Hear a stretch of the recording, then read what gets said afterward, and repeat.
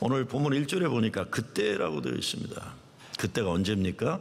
안디옥교회가 크리스천으로 인정받아갖고 사람들이 야 진짜 교회 제대로 한다, 예수 믿는 사람들이 인정받게 되는 그런 좋은 때입니다. 그래서 교회가 잘 되어서 세계 선교의 시작이 이루어지고 고난당하는 예루살렘 교회를 위해서 구제 선교 헌금도 보내는 새로운 역사의 교회의 부흥의 때입니다. 그런데 또 새로운 고난의 때가 닥쳐오는 겁니다. 그동안 초대교회에 대한 핍박은 유대인들, 특별히 바리새인들, 사두개파 같은 종교 기득권 세력에 의해서 핍박을 받아요. 그런데 이제는 헤롯 아그리파 왕에 의해서, 헤롯 대왕의 손주에 의해서, 그러니까 정치 세력이 교회 핍박에 개입하는 겁니다. 헤롯 왕은 아기 예수를 죽이려 했는데 손주 헤롯 아그리파는 이제 막 시작되는 교회 지도자들을 죽이려고 하는 겁니다. 근데 오늘 사도행전 말씀을 통해 배우는 것은 그런 핍박과 순교의 고난 속에서도 하나님이 교회를 지켜주셨고, 지켜주시는 것만 아니라 고난의 역사를 통해 하나님 구원의 역사가 확장되는 것을 보여주고 계세요. 오늘 12장 사도행전을 보게 되면 어떻게 성도들은 믿음으로 어려움을 이겨내는가 보여주고 있어요. 그리고 교회 부흥 속에는 항상 고난이 동참한다는 걸, 같이 간다는 걸 또다시 보여주고 있는 겁니다. 아무 문제 없으면 얼마나 좋아요, 우리가 살면서. 그런데 그렇지 않다는 거예요. 그리고 교회가 부흥하는 건 언제나 고난이 있다. 스데반 집사의 순교를 통해서도 그렇고, 그리함으로 그렇게 예수님이 얘기했어도 싫어서 안 가던 사마리아 땅을 건너가는 거예요, 유대인들이. 이제 한 사람의 순교자를 통해 복음의 울타리를 차곡차곡 넘어가는 단계에 들어가는 겁니다. 야고보 사도가 이제 순교를 당하는데 오늘 본문에 보니까 이 복음이 이스라엘을 벗어나 이방 땅에 본격적으로 들어가기 시작합니다. 사도행전만 아니라 교회사를 봐도 고난을 통하지 않고서는 부흥의 역사는 불가능했었습니다. 사람의 힘으로 감당할 수 없는 순교와 핍박의 역사 뒤에는 하나님이 새롭게 일으켜주시는 역사가 반복되었습니다. 우리가 생각할 때 하루 종일 해가 중천에 떠 있어서 어둠이 하나도 없어 얼마나 좋을까 생각할 수 있어요. 그런데 어둠이 하나도 없고 해만 쨍쨍 비치면 그 땅은 사막이 되는 겁니다. 황폐해지는 거예요. 바다에도 정기적으로 태풍이, 허리케인이 불어오지 않으면 바다가 썩게 돼 있어요. 제가 플로리다나 알라바마 걸프 오브 멕시코를 가게 되면 그 churning이라는 프로세스가 봄이 되면요, 바다 밑에서부터 쓰레기가 다 올라오기 시작해요. 막 뒤집어져요, 바다가. 이게 더러워지는 거지만 그게 아니라 바다가 고요하면 속이 썩어 들어가서 생명체가 죽는 거예요. 근데 이 churning 프로세스를 통해서 밑에 있던 플랑크톤이 올라가고, 그러면 작은 물고기들이 새우 같은 경우를 먹으러 달려들고, 그러면 멀리 바닷가에 있던 큰 것들이 와서 먹으러 막 생명체가 생동하게 되는 역사입니다. churning이에요. 이 과정을 통해 바다에 생명이 살아나는 건데, 우리 인생도 그렇고 교회 부흥 역사도 마찬가지입니다. 가만히 우리끼리 안정되어 있다고 하면 그는 서서히 썩어가고 있다는 거예요. 계속 생동이, 혁신이 일어나고 변혁이 일어나야 되는 거예요. 오늘 본문에 보면 사도 야고보가 죽어요. 야고보, 베드로, 요한은 제자 3인방인데 야고보는 최초의 사도의 순교자예요. 그동안은 집사들만 죽었는데 이제는 사도가 죽는 거예요. 오늘 야고보는 죽고 베드로가 사는 이야기예요. 그런데 베드로도 나중에 죽어요. 다른 사도들도, 베드로는 십자가에 거꾸로 달려 죽고, 안드레는 그리스도의 전도자로 순교하고, 빌립도 순교하고, 바돌로메는 인도에 가서 가죽이 벗겨지면서 순교당하고, 도마는 인도에서 창에 찔려 순교당하고, 마태는 에티오피아에서 참수당하고, 알페의 아들 야고보는 성전 꼭대기에서 밀려 떨어져 순교당하고, 시몬은 십자가에 못 박히고, 야고보의 아들 유다는 페리사에서 화살에 맞아 순교하고, 마띠아는 에티오피아에서 돌에 맞아 순교하고, 요한만 늙은 나이까지 사는 거예요. 다 순교예요. 오늘 말씀을 보면서 우리가 이런 질문 던질 수 있습니다. 왜 야고보는 죽고 베드로는 기적을 통해 살려주셨나는 거예요. 베드로를 천사를 동원해서 살리셨다면 야고보 이렇게 죽게 놔두는 것 불공평하지 않나 우리 생각할 수 있어요. 근데 가만히 생각해 보면 결국 시간의 차이일 뿐입니다. 조금 먼저 가고 조금 늦게 간 것뿐이지 예수님의 제자들, 사도들을 모두 순교했어요. 사실 야고보는 형제 요한과 함께 예수님이 이 정권을 잡을 때 오른쪽 왼쪽 우리 형제들에게 달라 했던 이 어머니 모시고 와서 예수님께 와이로 일본말 뭐라 그러죠? 예수님께 이렇게 뇌물 쓰려고 했던 집안의 아들이에요. 그런데 예수님이 뭐라 합니까? 너희가 나의 마시는 잔을 마시며 나의 받는 세를 받으려니와 그랬어요. 그렇게 되는 거예요. 어느 분이 그런 얘기를 해요. 어떤 때 우리 인생에서 더러운 욕망의 성취함보다 하나님이 우리를 아름다운 실패의 길로 이끄실 때가 있다는 거예요. 더러운 욕망의 성취함보다 야고보처럼 아름다운 실패의 길이, 이것이 하나님이 원하시는 게 있다는 거예요. 그러니까 야고보의 죽음은 실패가 아니에요. 비극이 아니에요. 하나님 나라 위대하고 거룩한 역사의 시작을 이루어가는 겁니다. 물론 초대교회 순교의 상황에 비하면 요즘 어렵다는 건 아무것도 아니라 요즘 먹고 사는 것도 만만치 않아요. 그렇기 때문에 사도행전에서 어떻게 우리의 고난과 역경의 역사를 하나님 축복과 은혜의 역사로 전환시킬 것인지 한번 볼 수 있기 바랍니다. 힘이 있어야 살고 실력이 있어야 살아나요. 그런데 아무 힘이라고 붙잡는 것 아니고 아무 실력이라고 좋은 것도 아닙니다. 오늘 성경 말씀 보여주는 성도들과 교회가 사는 힘이 무엇인가 보면, 첫째, 교회는 하나님 힘의 능력으로 승리하는 거예요. 하나님의 힘이. 오늘 말씀에 나오는 교회가 당한 역사적 상황은 천하의 못되고 사악한 왕 헤롯의 힘이 이기는 것 같지만 결국 하나님의 힘의 능력이 있음을 증거하고 있어요. 정말 어째 헤롯 가문은 할아버지 헤롯도 손주 헤롯도 대대로 왕을 꼰을 붙잡고 있으면서 죽이는 일만 하는 거예요. 죽이는 일에만 집중하는 거예요. 근데 결국 이런 악한 인간 헤롯, 악한 힘은 망하는 거예요. 1절에 보면 그때 헤롯 왕이 손을 들어 교회 중 몇 사람을 헤아려 하여 요한의 형제 야고보를 칼로 죽이니 유대인들이 이 일을 기뻐하는 것을 보고 베드로도 잡으려 할세 때는 무교절이라. 저는 이 본문 보면서도 그랬어요. 아이고, 이 종교적이라는 열심인 유대인들, 그렇죠? 여기 나오는 유대인들이요. 자기들은 예수 잘 믿는다고 열심히 있는 사람들이라고 볼 때도 가끔 보면요, 저는 목사인데도 어떤 때 너무 믿음 좋은 사람은 무서울 때가 있어요. 이게 사람을 살리는 관심이 없고 지금 유대인들처럼 사람이 죽는데 기뻐하고 있는 거예요. 잘못된 종교심들이에요. 종교와 잘못된 종교와 악한 정권이 결탁을 하면 이것만큼 또 무서운 건 또 없어요. 정신 번쩍 차려야 된다 우리가.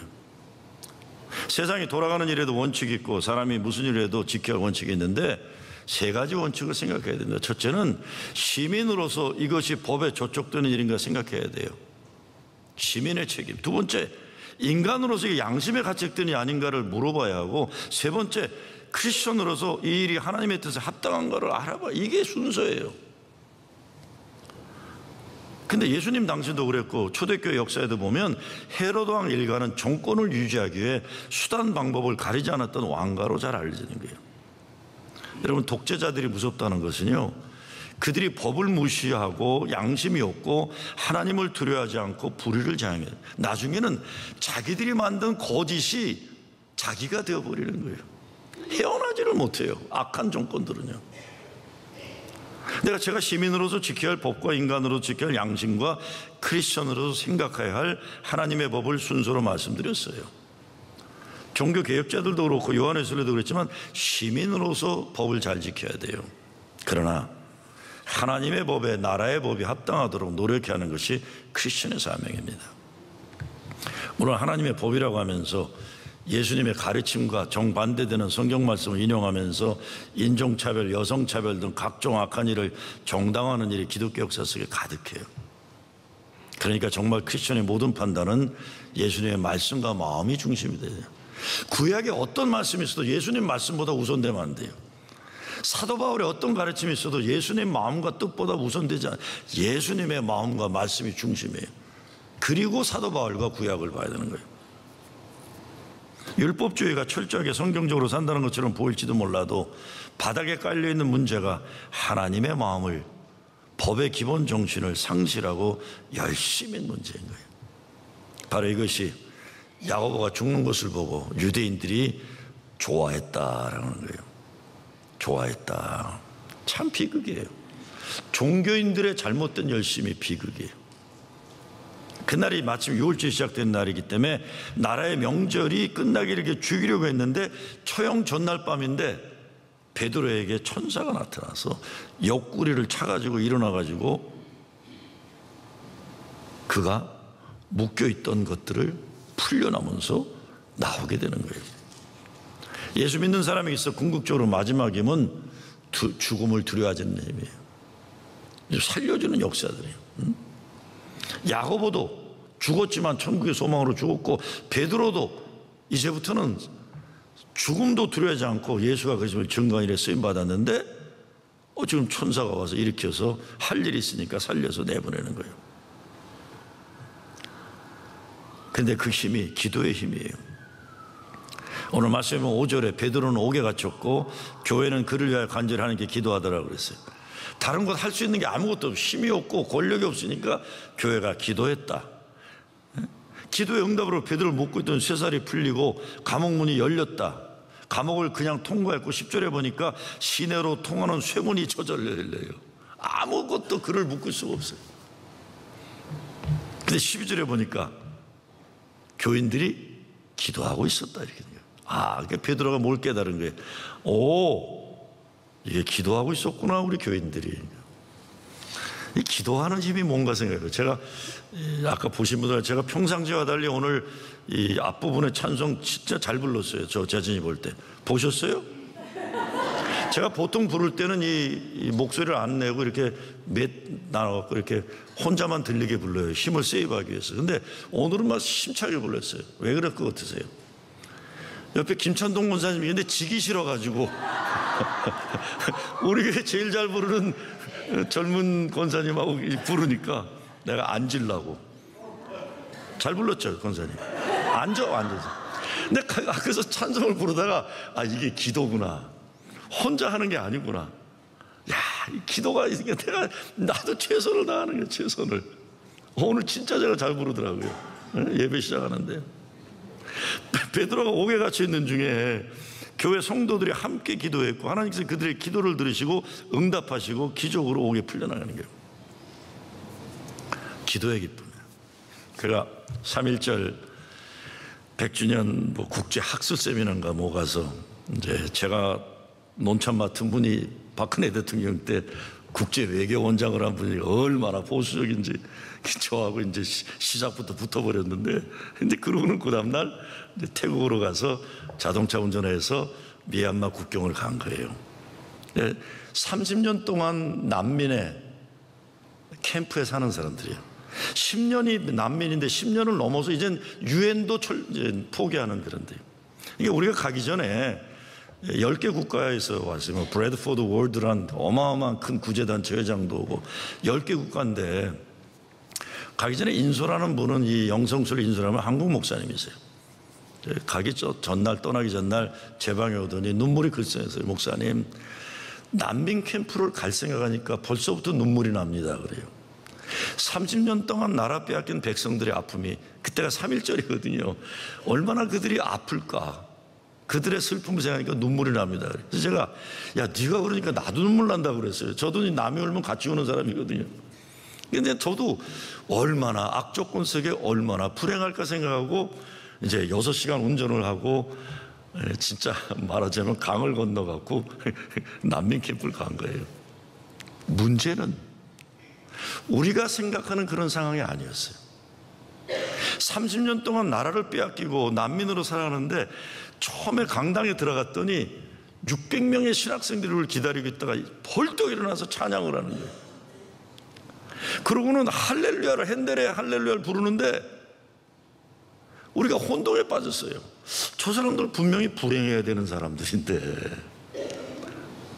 이게 브래드포드 월드라는 데서 온 독일 회장인데 진짜 대단한 분인데, 그분이 이 감동을 어쩔 줄 몰라가지고요. 왜냐하면 우리 모두는 천하의 불행한 사람들을 위로하러 간 거예요. 근데 상황은 그렇지가 않았어요. 가난하고 나라를 빼앗긴 핍박받은 민족인데 5만 명 있는 난민 캠프에서 600명 신학생들이 거기서 전도를 하겠다고 훈련받고 있고 바이블 칼리지에서 어린애들이 그냥 너무 놀랐어요. 난민 캠프에 지나가다가 메아의 헬프유 그래. 걔네들은 200년 전 선교사 갔는데 영어를 다 배웠어요. 난민 캠프에서. 메아의 헬프유. 그래서 이거 얘네들이 영어를 이렇게 잘할 수 있을까?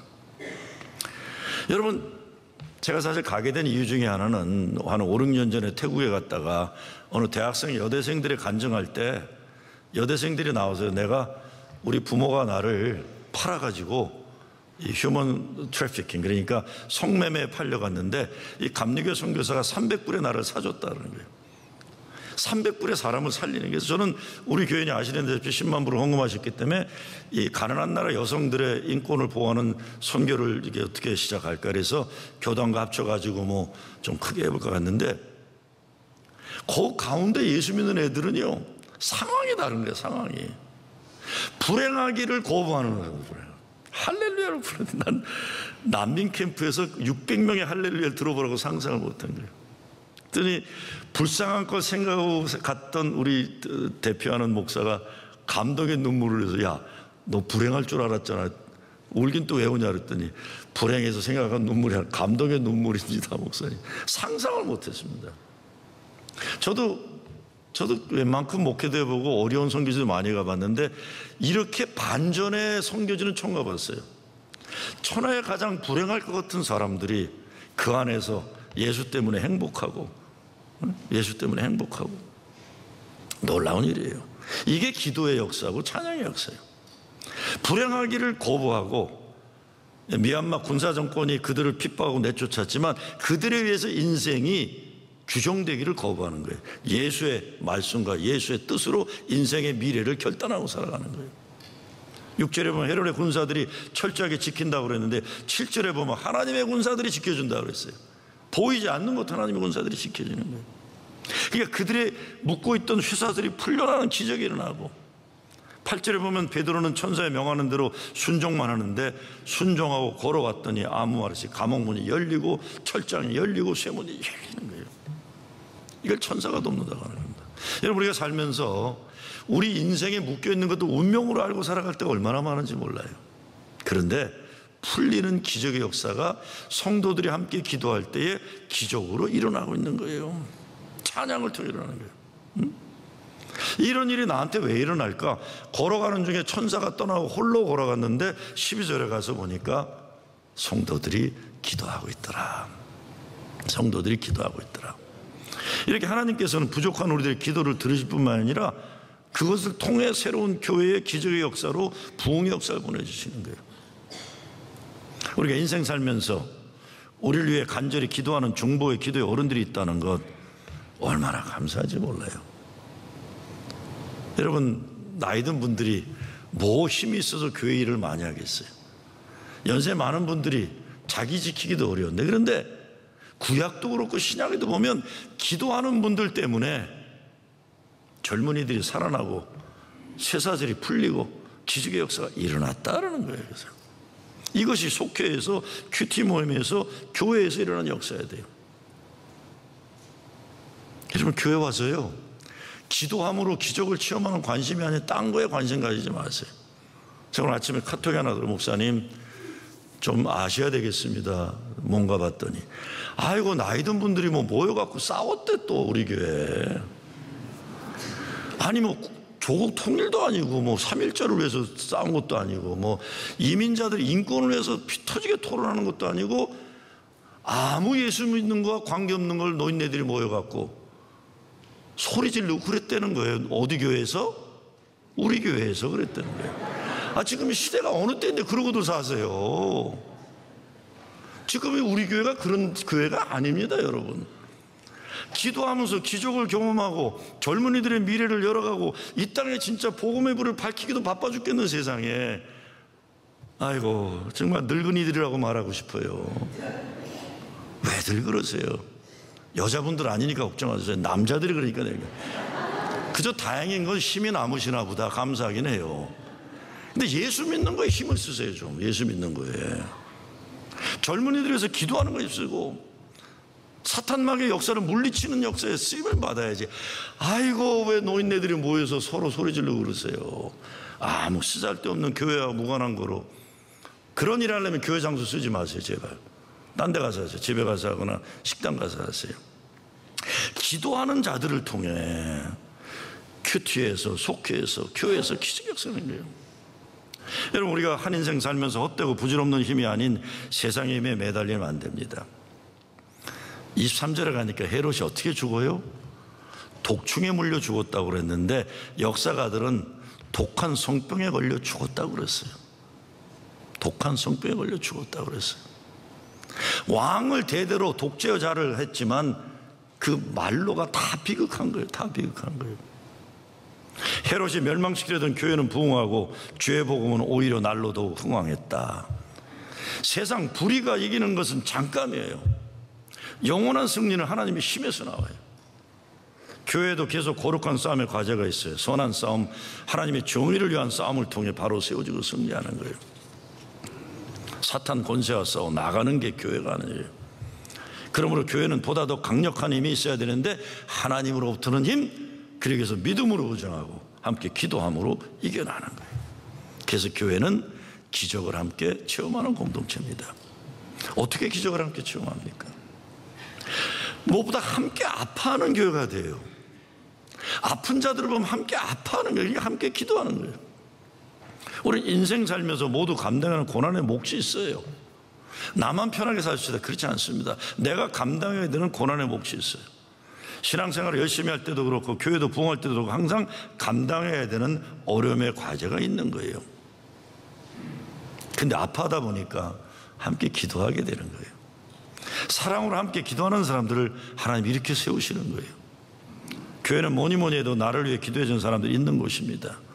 교회 다니면서 이것이 얼마나 소중하고 귀한 줄 알아야 해요. 이것을 깨닫는 사람들은 복받은 사람들이에요. 제가 아까 말씀드렸잖아요. 제가 오랜만에 정말 찬송가를 힘껏 불렀어요. 왜? 나보다 잘 부르는 사람이 지지 않으려고 부르다 보니 이렇게 되는 건데, 기도의 힘이라는 게 그런 거예요. 나 혼자가 아니구나. 저와 함께 내가 우리의 기도를 통해 죽어가는 사람 살리고 사탄마귀의 권세를 물리치고 하나님 나라 역사를 쓰임받는 거죠. 사람들은 편안한 신앙생활을 좋아하는지 모르지만 그 가운데 함께 아파하고 기도하면서 나오는 기적의 역사가 불가능해요. 편안함을 찾으면. 그런데 기적을 함께 체험하는 교회가 되기 이전에 이 모든 것 시작에는 고난이 있었다. 그 고난의 뒤에는 하나님 말씀의 흥황함의 역사가 있었다는 거예요. 얼마 전에 엄청 어려운 일에 파묻혀 있던 교인 한 분이 인생 문제가 해결됐기 때문에 제가 가서 아이고 집사님 결국 터널의 끝이 있네요 그랬어요. 결국 터널의 끝이 있네요. 그랬더니 그분이요 눈물이 글썽글썽하면서 목사님 정말 끝이 없을 줄 알았어요 그래요. 근데 그 말에 이 사람이 얼마나 힘들었는지 느껴져요. 터널의 끝이 없을 줄 알았어요. 예수 믿는 사람들은 인생에 경험하는 불가능한 상황을 만나면 그 인생 불가능한 상황을 믿음의 가능으로 바꾸시는 하나님을 봐야 됩니다. 인생 내 노력 실패의 상황은 하나님을 보라는 기회이고 사인이에요. 절망의 때, 포기의 때가 아니고 하나님 은혜의 때예요. 그때 하나님을 바라보는 거죠. 제가 한번 말씀드린 적이 있는 건데, 제가 시카고에 있을 때 이제 젊은이들하고 목회를 했기 때문에 이 홈리스 쉘터 이런 걸 참 많이 갔어요. 이제 훈련을 시켜야 되니까. 시카고에 업타운이라는 데가 있는데 거기는 80년대에 정부 정책으로 정신병동에 있던 정신적인 어려움 있는 사람들을 커뮤니티 속에서 같이 살도록 해야 된다고 다 풀어줬어요. 근데 그 사람들이 갈 곳이 없어 모인 것이 업타운이에요. 근데 거기는 그런 사람만 모이는 게 아니라 알코올 중독자, 마약 중독자, 홈리스 피플이 같이 모였어요. 그 동네는 보통 사람은 안 가려고 그래요. 그런데 거기는 선교단체들이 많이 들어가 있어요. 근데 저도 이제 그 피플스 처치도 있고 뭐 진짜 그런 데가, 저도 굉장히 그런 일을 열심히 할 때니까 젊은이들 데리고 늘 갔던데. 근데 그게 어느 침례교회 꼭대기에 높이 세워져 있는 빌보드가 있어요. 레이크쇼, 시카고에서 다운타운에서 쭉 올라오거나 보다 보면 업타운만 가면 보이는 사인인데 이렇게 돼 있어요. If you cannot stand, 네 두 발로 디디고 살기 어렵다면 try kneel down 이렇게 돼 있어요. 무릎을 꿇어봐라 이렇게 했어. 네 두 발로 살기 너무 어려우면 무릎을 꿇어봐라는 거예요. 아주 오랜 세월 게 붙어 있었어요. 오랜 세월. 인간이 살면서 내 힘으로 다 되는 것이 얼마나 있겠습니까? 어려우면 어려울수록, 불가능하다고 생각되면 될수록 더욱 하나님을 바라보는 것뿐이에요. 이게 뭐 남진이 불렀는지 나훈아가 불렀는지 잘 모르겠어요. 이런 노래 있죠. 괴로울 때 주님의 얼굴 보라, 평화의 주님 바라보아라. 세상에서 시달린 친구들아, 위로의 주님 바라보아라. 눈을 들어 주를 보라, 내 모든 염려 주께 맡겨라. 슬플 때에 주님의 얼굴 보라, 사랑의 주님 안식 주시리. 힘이 없고 내 마음 연약할 때 능력의 주님 바라보아라. 주의 이름 부르는 모든 자는 힘 주시고 늘 지켜주시리. 이렇게 되어 있습니다. 다윗이 시편에서 이렇게 고백해요. 나의 힘이 되신 여호와여, 내가 주를 사랑하나이다. 여호와는 나의 반석이시요 나의 요새시요 나를 건지시는 자요 나의 하나님이시요 나의 피할 바위시요 나의 방패시요 나의 구원의 뿌리시요 나의 산성이시로다. 생각도 그래요. 부정적인 생각에 너무 빠지면 현실도 그렇게 됩니다. 그래서 예수님이 내 믿음대로 되리라 하신 말씀이 그 얘기예요. 어려운 때 부정적인 결과만 예측하지 말고 오히려 하나님의 능력을 체험할 좋은 기회로 알고 오직 하나님의 말씀 신뢰하고 따르는 거예요. 우리 가정 망하지 않을까, 망하지 않을까? 그럼 망해요. 우리 가정 하나님이 도우시면 일어나리라. 그럼 일어나는 거예요. 베드로도 얼마든지 부정적인 생각할 수 있었어요. 이제 끝났나 보다. 근데 아닌 거 아니에요. 천사가 와서 발로 야 일어나. 외모로 따라가다 보니까 쇠사슬이 풀리고 쇠문이 철장 열리고 쇠문이 열리고 이게 무슨 일인가? 성도들이 나를 위해 기도하고 있었구나. 나를 위해 기도하고 있었구나. 우리 교회도 함께 아파하고 사랑하고 기도하는 가운데 하나님 기적의 역사가 지금 여기에서 계속 일어나고 있는 것을 목격합니다. 저는 봐요. 베드로가 감옥에서 나온 것처럼 많은 교회인데 여러 종류 자기 나름대로의 감옥들이 다 있어요. 무덤이 다 있어요. 지옥이 다 있어요. 그런데 함께 아파하고 기도하는 여러분들을 통해 기적이 일어나는 거예요. 혼자 고민하고 아파하면 안 돼요. 아무리 능력 있는 사람도 한계가 있습니다. 그러나 하나님의 힘을 의지하고 함께 기도하고 사랑하는 믿음의 공동체 안에 있으면 사람의 힘이 아니라 하나님의 능력을 의지해서 일어나시는 겁니다. 제가 뉴욕에 와서 목회하면서 우리 사역자, 목회자들에게 많이 강조하는 가운데 하나가 프로그램 많이 하지 말라는 거예요. 새벽 기도, 수요 예배, 주일 예배에 집중하라. 특별히 우리 교회는 새벽 기도를 특화해야 한다고 많이 말하고 있어요. 정말 치열하게 어렵게 살려고 몸부림치는 사람들이 이 지역에 얼마나 많아요. 많이 아프고 어려운 사람들이 많기 때문에 우리 동네는 무엇보다 새벽 기도가 중요한 사역이에요. 여러분, 새벽에 나오는 분들 가운데 제가 지난주에 권사님 앉아 계시지만 태국에서 오자마자 시차가 좀 왔다 갔다 하는데 그래서 봤더니 평상시에 다리가 아파서 움직이지 못하던 권사님이 이렇게 일찍 이렇게 나오셨어요. 권사님 이게 다니시네. 근데 이렇게 쳐다보시는데 말은 안 하지만 그럼 기어다니냐 이런 식으로 이제 저 보시더라고요. 근데 제가요, 아니 이 권사님 참 몸도 약하고 다리도 흔들리고 새벽 미명에 교회를 오시는 거예요. 교회를 오시는 거예요. 여러분, 우리 교회가요, 뭐 젊은이들이 잘났거나 뭐 이런 게 이게 아니, 여러분 몰라서 그렇지 보이지 않는 곳에 새벽에 기도하는 분들이 계신 거예요. 그거를 생각하셔야 돼요. 우리를 지켜주는 분들이 계시다는 거. 저 우리 교회는 나를 위해서 좀 모세가 아니라 누구죠? 베드로가 감옥에 있는데 이게 교회 새벽 기도가 있었구나. 와보니까 여기 기도하는 분들이 계셨구나. 이게 그러니까 남자 연세 드신 분들 쓸데없는 거로 좀 싸우지 마시고 새벽 기도 좀 나오세요. 무슨 힘이 이렇게 많다고 자꾸 주일날 회의하면서 싸우세요. 그러니까 새벽 기도 가서 기도를 하세요. 기도. 그게 우리를 받쳐주는 힘이에요. 그것 때문에 기적이 일어나고 있는 거예요. 지금도 일어나고 있어요. 여러분의 눈과 마음을 열고 보기만 하면 보이는 겁니다. 교회를 그냥 적당히 편안하게 생각해도 문제는 없어요. 그러나 거기에 하나님의 기적의 역사는 일어나지 않죠. 함께 아파하고 사랑하고 기도하는 가운데 여러분의 큐티 말씀 나눔을 통해, 속회를 통해, 예배를 통해, 성경 공부를 통해 일어나고 있는 감흥 문의는 열사가 지금도 있는 거예요. 막 가슴이 뛰지 않으세요? 더군다나 저는 이번에도 느꼈는데 다 그 10개 나라에서 온 사람들인데 다 어마어마한 타이틀을 가지고 있는 분들이 있어요. 다 독일 복음주의 연맹 회장, 아니면 카나다 성공의 감독, 다 뭔가 타이틀인데 저는 무슨 타이틀이었을까요? 나는 바라기를 주최 측에서 북미주 평화 네트워크 회장 이래 주기를 바랬어요. 그게 사실 제가 가지고 있는 비밀 직함이거든요. 아니면 연합감정과 평화위원회 전직 회장, 아니면 고문 이런 거를 시켜줄 줄 알았어요. 그래서 나도 멋있는 이름이 있어야 되잖아요. 저에게 붙어있는 카테고리가 뭐였을까요? 후러싱 제일교회. 그래서 내가 그 세계교회 외측에 있어요. 왜 나는 좀 멋있는 타이틀 없냐 그랬더니 일부러 그랬대요.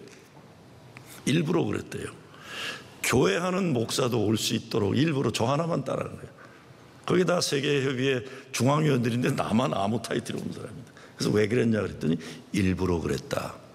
높은 데 있는 사람들이 바닥에서 목회하는 사람들의 이야기를 듣기를 원해서 그랬다. 여러분, 우리 스스로 볼 때는 우리가 별 볼일 없는지 모르지만 우리 연애를 생각해서도 그렇고 교단을 생각해서도 그리고 특별히 이 시대의 정의평화 사역을 하는 가운데 교회들이 참여하는 게 너무 미약해요.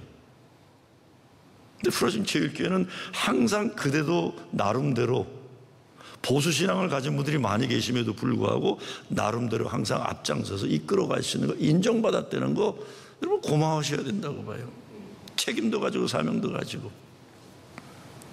여러분의 삶에도 감옥이 있잖아요. 여러분의 자녀들을 묶고 있는 쇠사슬이 있잖아요. 그거 무슨 재주로 푸시겠어요? 기도하는 가운데 쇠사슬에서 풀려나고 쇠문이 활짝 열리는 여러분 되시길 주의 이름으로 축원합니다.